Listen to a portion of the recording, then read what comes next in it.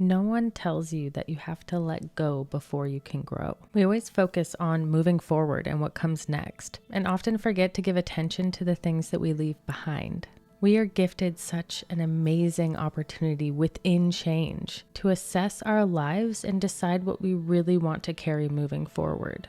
What's actually serving us? And I'm really excited to be sitting here with my cup of tea and my cozy shirt, getting ready to dive in on this topic with you.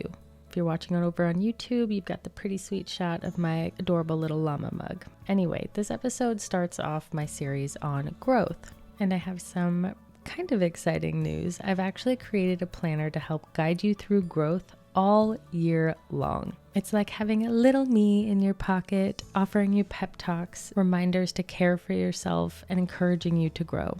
And as with any planner, also keeping you organized. I originally designed this planner for myself. It's all of the ways that I keep track of my day, my endless to-do lists, and how I'm caring for myself, both mentally and physically. And it has prompts that have been challenging me to step outside of my comfort zone, develop new habits, and make more meaningful connections each day. All things I know that have been improving my life. You know, I'm all about empowering others, so I'm not keeping this to myself. I will be sharing it with you very soon. You can access the planner and get more information using my link in the description. You can also send me a message over on Instagram or TikTok. You can find me at Root and Rise Podcast. So if you are listening to this episode as it's published, it's December, a time when change, growth, and resolutions are major themes in people's lives. But this growth series wasn't designed for the new year. It was designed for you to start right now, regardless of the date. And my planner has an undated option, so you can start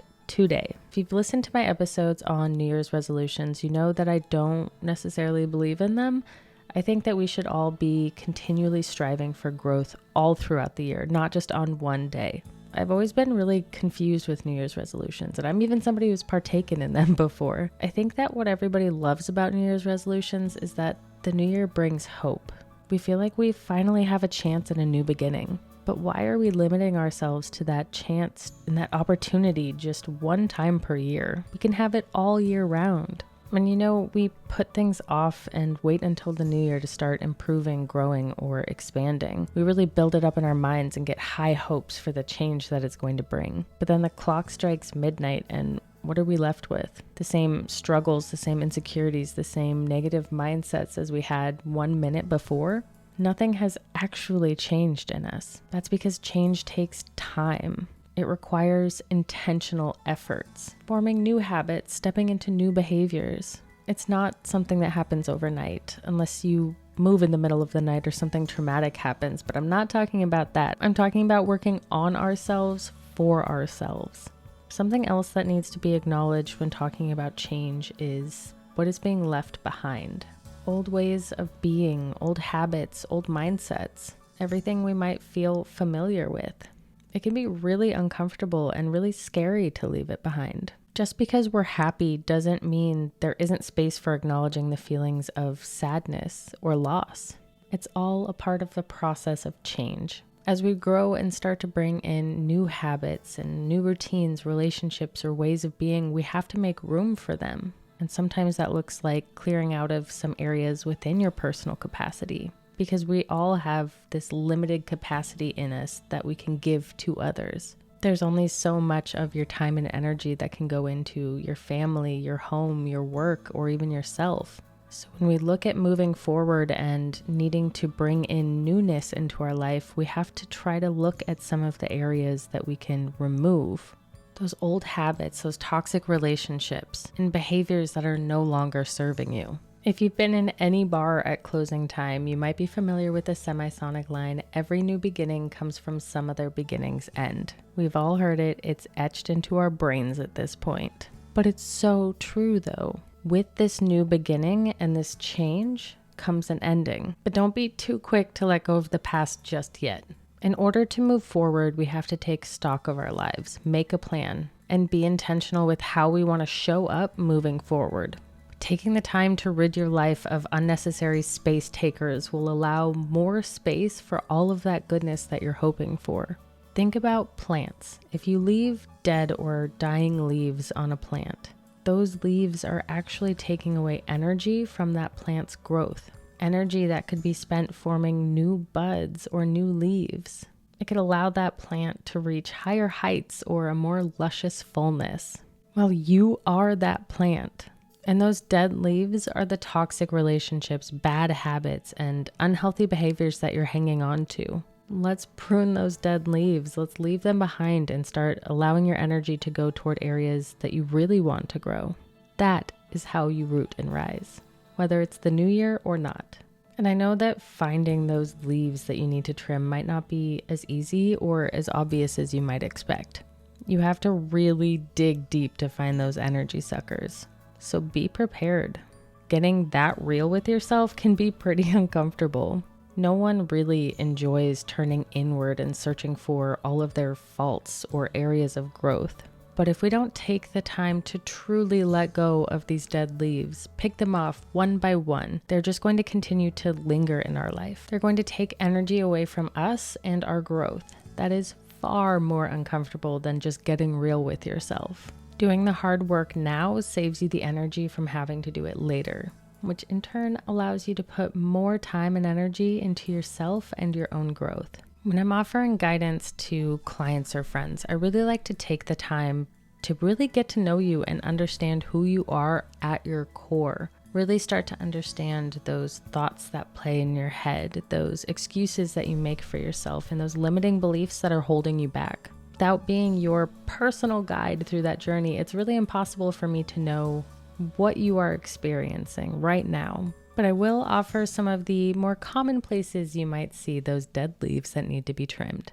I am currently taking new clients, so if you're interested, you know where to find me. But the first place that you can look to try to find some of those dead leaves is in the language that you are using to speak to yourself. Is that language really serving and empowering you? Another perspective to consider is whether or not you would speak to a friend or your closest loved one in that same way. Most of us aren't speaking to ourselves in a way that we would speak to our loved ones, and that is a huge opportunity for growth. Because once we can find it in ourselves to be kind and compassionate for ourselves, we are capable of doing so much more. Another place that you can try to find some of these dead leaves that need to be trimmed is in your excuses.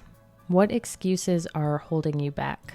Pay attention to the things that make you say, I can't, or not right now.